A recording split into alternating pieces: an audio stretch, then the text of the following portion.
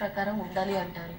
దానికి మీరేమంటారు? కాబట్టి గర్భం దాల్చే ముందే ఆ స్త్రీ ఒక ప్లాన్ ప్రకారం ఉండాలి. అంటే గర్భం వచ్చే ముందు తన శారీరక ఆరోగ్యం ఎలా ఉంది, తను ఏ విధంగా జాగ్రత్తలు తీసుకోవాలో ముందే ఫోలిక్ యాసిడ్ సప్లిమెంటేషను, కొన్ని టెస్ట్ చేయించుకోవడం, థైరాయిడ్ అటువంటివి, రుబెల్లా ఎక్స్పోజర్ ఉందా లేదా, ఇటువంటి పరీక్షలన్నీ చేయించుకుని ఆ తర్వాత గర్భం దాల్చటం.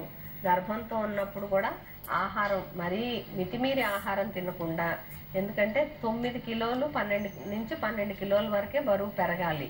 బాగా అధిక బరువు ఉన్న స్త్రీలైతే 4-5 కిలోలు పెరిగినా చాలు 9 నెలల్లో. కాబట్టి వాళ్ళ బరువును బట్టి ఎంత వెయిట్ పెరగాలి, ఎటువంటి ఆహారం తీసుకోవాలి, ఎన్ని జాగ్రత్తలు తీసుకోవాలన్నది ముందే ఒక ప్రణాళిక ప్రకారం వైద్యుని సంప్రదించి దానికి తగిన టెస్టులు ఏమేమి అవసరం ఉంటే ఆ టెస్టులు మాత్రం చేయించుకుంటూ 9 నెలలు ప్రశాంతంగా గడిపినట్లయితే, 9 నెలలు వ్యాయామంతో బాగా శారీరక వ్యాయామం కూడా ఉన్నట్లయితే నా సులభమైన కాన్పు, తేలికైన కాన్పు కలగటానికి, తర్వాత ఆరోగ్యవంతమైన బిడ్డను ఎత్తుకోవడానికి అవకాశాలు బాగా మెరుగుపడతాయి.